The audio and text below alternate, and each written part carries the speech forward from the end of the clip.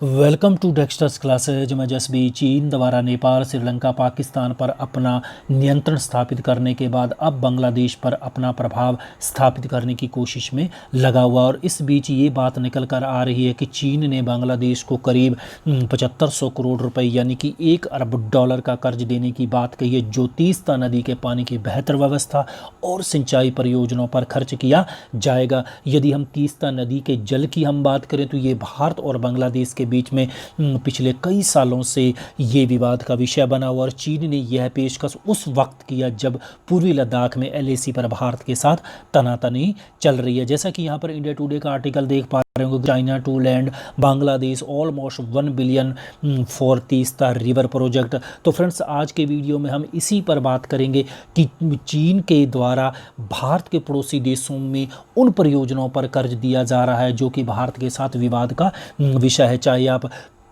पाकिस्तान की बात करें तो POK में वह डैम बना रहा है जो भारत के साथ विवादित क्षेत्र है। इसी प्रकार यदि हम नेपाल की बात करें तो भारत को खिलाफ लगातार नेपाल को भड़का रहा है। और इसी प्रकार यदि हम अब बांग्लादेश की बात करें तो बांग्लादेश में भी उन परियोजनाओं पर खर्च करने की बात कर रहा है जो भारत के साथ विवादित है। तो फ्रेंड्स, इसी पर हम आज के वीडियो में बात करेंगे, तो बने रहिए वीडियो में आगे बढ़े उससे पहले निवेदन है कि यदि चैनल को सब्सक्राइब नहीं किया तो चैनल को सब्सक्राइब कर लीजिएगा। अब यदि हम तीस्ता की हम बात करें, देखिए तीस्ता बांग्लादेश की सीमा पार करने वाली चौथी बड़ी नदी है। और दोनों देशों के बीच में यदि हम बात करें तो भारत और बांग्लादेश की हैं, यहाँ पर हम बात करें तो दोनों देशों के बीच में 54 नदियां हैं, यानी कि जो भारत से होकर बांग्लादेश में जाती है। और उन 54 नदियों में तीस्ता भी एक चौथी सबसे बड़ी नदी है जो कि बंगाल की खाड़ी में गिरती है बांग्लादेश से होते हुए। और इस नदी की यदि हम बात करें तो कम से कम भी 2 करोड़ लोग तीस्ता नदी पर निर्भर है, यानी कि ये भी एक लाइन, एक जीवन रेखा के रूप में है बांग्लादेशियों के लिए। अब यदि हम थोड़ा सा मैप में देखें तो यहाँ पर आप देख पा रहे होंगे कि भारत के उत्तर में नेपाल आ गया, पूर्व में फिर आगे थोड़ा सा पूर्वोत्तर में जाइए भूटान है। और यहाँ पर आप देख लीजिए सर्कल में देख पा रहे होंगे तो ये है बांग्लादेश जो कि भारत के पूर्वोत्तर राज्यों के साथ भी घिरा। और यदि हम भारत के कुल पड़ोसी देशों की हम बात करें तो सबसे बड़ी अंतर्राष्ट्रीय सीमा रेखा भारत बांग्लादेश के साथ ही शेयर करता है। अब यदि हम बात कर लें कि तीस्ता नदी के उद्गम की हम बात कर लेते हैं, देखिए तीस्ता नदी का जो उद्गम है इसको लेकर लोगों में अलग अलग मत हैं। कुछ लोगों का मत है कि यह हिमालय के पाहु नरी ग्लेशियर से निकलती है, यानी कि पाहु नरी ग्लेशियर से लगभग 7068 मीटर की ऊंचाई से ये निकलती है। लेकिन कुछ लोगों का मत है कि यह तसो लहासा झील से निकलती है, तो कुछ लोग कहते हैं तसो लहासा झील प्लस तीस्ता खांगसे ग्लेशियर से निकलती। तो इस प्रकार से इसके बारे में लोगों का एग्जैक्ट मत नहीं है। और यदि हम इस नदी की हम भारत की हम बात करें तो यह भारत में सिक्किम से प्रवेश करती और फिर पश्चिम बंगाल से होते हुए भारत के राज्य पश्चिम बंगाल से होते हुए बांग्लादेश में गिरती है। और बांग्लादेश में भी ये ब्रह्मपुत्र नदी में गिरती है। और ब्रह्मपुत्र जो से आगे जाकर ये पद्मा में मिल जाती है। और पद्मा की यदि हम बात करें तो इसे गंगा को ही नदी को ही इस गंगा नदी को ही बांग्लादेश में पद्मा बोला जाता है। पद्मा मेघना से मिलती है और मेघना जाकर आगे बंगाल की खाड़ी में गिरती है। तो ये इसका पूरा का पूरा प्रवाह क्षेत्र है। अब यदि हम इस नदियों की सहायक नदियों की हम बात करें तो इसकी सहायक नदियों की यदि हम बात करें दिक्षु, रांगपो, लांचू, रानीखोला, रांगापा, छू, रंगीत, रिंग्यो, छू, ये सहायक नदियां हैं। और बाईं ओर से इसमें गिरती है दिक्षु, रांगपो, लांगचू और रानीखोला। और बाईं ओर से गिरती है इसमें रांगाप, छू, रंगीत और रिंग्यो, छू। और ये इसकी सहायक नदियां हैं जो बाईं ओर से और दाईं ओर से गिरती है। और ये है पूरा जाल। यहाँ पर आप देख पा रहे होंगे कि ये जो आप देख पा रहे होंगे कि तीर का निशान है रेड लाइन में, ये डार्क ब्लू लाइन के ऊपर, तो ये यहीं से ऊपर से ये आती है और फिर यहाँ पर बांग्लादेश में आती है और बांग्लादेश से नीचे मिल जाती है आपके यमुना में, जिसको हम ब्रह्मपुत्र नदी बांग्लादेश में बोला जाता है। तो ये है तीस्ता नदी का कंप्लीटली ये सर्कल, उसको थोड़ा सा ध्यान निहार लीजिएगा।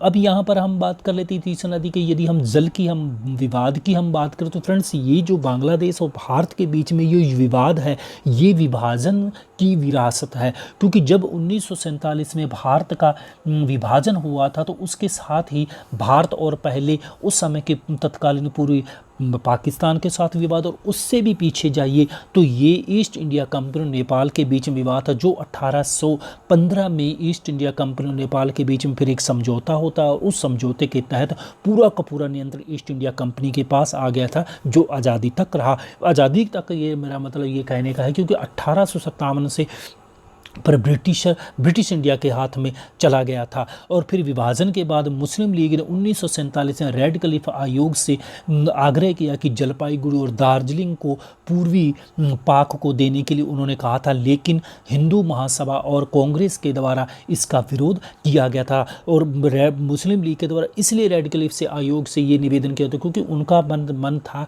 कि ताकि ये पूरी की पूरी जो तीस्ता नदी है इसके जल को ऊपर बांग्ला उस समय तत्काल पूर्वी पाकिस्तान का कंट्रोल आ जाए। फिर 1971 में बांग्लादेश बनता है, फिर ये विवाद पुनः उपजता है। उसके बाद फिर 1983 में एक तदर्स समझौता होने की कोशिश की जाती है, जिसमें ये प्रस्ताव होता है कि भारत को 39%, बांग्लादेश को 36% और 25% इसके पानी को रिजर्व रखा जाएगा, लेकिन इसके ऊपर आम सहमति नहीं बन पाई थी। फिर लंबे समय से ये लगातार विवाद बना रहा और फिर 2011 में तत्कालीन प्रधानमंत्री मनमोहन सिंह के काल में भी इस जल के बंटवारे को लेकर एक समझौता का प्रस्ताव किया गया था, लेकिन बांग्लादेश की जो वर्तमान मुख्यमंत्री ममता बनर्जी है उन्होंने इस विरोध का किया था।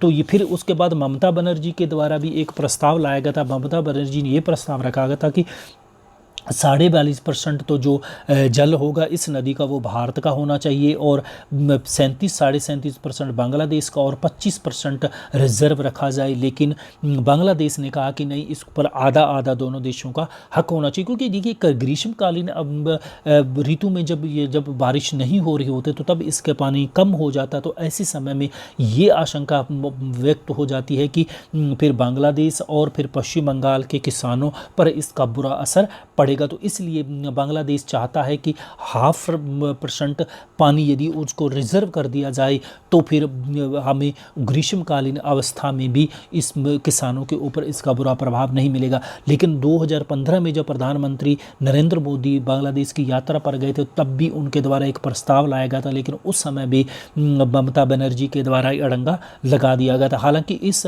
दौरान दोनों देशों के बीच में एक लैंड एग्रीमेंट हुआ था, जिसके बीच में कि कुछ गांव बांग्लादेश को और कुछ बांग्लादेश के हमने गांवों को भारत में शामिल कर लिया था, तो वो हमेशा के लिए विवाद खत्म होगा। लेकिन ये तीस्ता नदी जल विवाद अभी भी अधर में लटका हुआ है।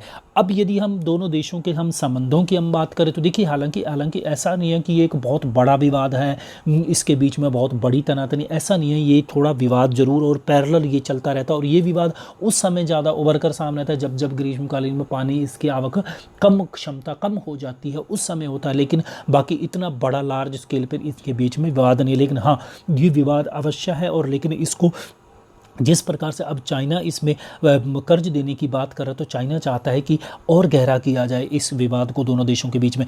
और यदि हम दोनों देशों की बात करो, दोनों देशों के बीच में बहुत ही गहरे संबंध हैं, और दक्षिण एशिया में तो बांग्लादेश और भारत का सबसे बड़े दोनों एक दूसरे कारोबारी भागीदार हैं। वर्ष 2018-19 में यदि हम बात करो, भारत ने बांग्लादेश को करीब 67,000 करोड़ रुपए का निर्यात किया, और करीब 7600 करोड़ रुपए का बांग्लादेश ने से भी आयात किया गया। तो काफ़ी दोनों देशों के बीच व्यवहार को लेकर भी बैलेंस है। इसके अलावा भारत हर साल बांग्लादेशियों को करीब 20 लाख लोगों को वीज़ा देता है, जिसमें मरीज है, पर्यटक है, स्टूडेंट्स हैं, तो बड़े लार्ज स्केल पर लोग भारत में वीज़ा लेकर भी आते हैं। तो कहने का मतलब दोनों देशों के बीच में न केवल इस व्यापारिक ही संबंध हैं, बल्कि दोनों देशों के बीच कल्चरल को लेकर भी संबंध है, क्योंकि 1947 से पहले दोनों एक दूसरे का ही ये हिस्सा हुआ करते थे।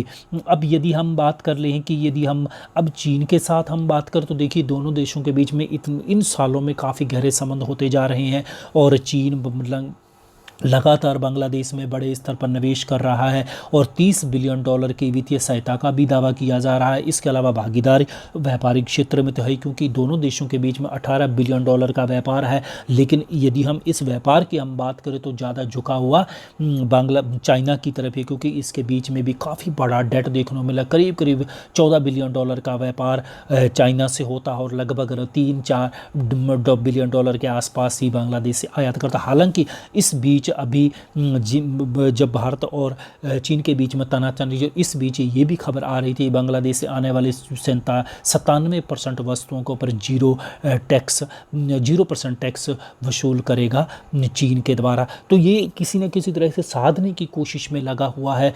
इस बीच ये बात कही जा रही है कि ये अब बड़े स्केल पर अब बांग्लादेश के द्वारा बांग्लादेश के जो ये तीस्ता नदी के प्रोजेक्ट की बात कही जा रही है। अब यहाँ पर क्वेश्चन आता है ऐसा क्यों कर रहा है। देखिए, पहला क्वेश्चन यहाँ पर यही होता है कि ये चीन का ये एक ट्रेंड बन चुका है कि भारत के सब विवादित क्षेत्रों में निवेश किया जाए ताकि भारत को उन पड़ोसियों के दस उड़ जाए। जैसा कि अभी थोड़े दिनों देखा होगा कि कालापानी लिम्पियादुरा और लिपुलेख का जो कोई बड़ा विषय नहीं था दोनों देशों के बीच में, लेकिन इसको गहरा कर दिया गया है नेपाल के साथ चीन के द्वारा, ताकि नेपाल को भारत के खिलाफ खड़ा किया। इसी प्रकार अब बांग्लादेश के साथ भी इसी प्रकार कर रहा है कि बांग्लादेश को भारी भरकम कर्ज देकर भारत को खिलाफ एक साजिश है। और भारत को इतना ही नहीं है, भारत के सहयोगी है जो भारत के पड़ोसी देश हैं, भारत के साथ इन देशों के जो लंबे समय से ऐतिहासिक कल्चरल रिलेशंस है उन भारत के खिलाफ इनको यूज करने की कोशिश कर रहा है। और ये एक बड़ा मकसद ताकि भारत की प्रगति को रोका जाए, भारत को पड़ोसी देशों से उलझा के रखा जाए। लेकिन अब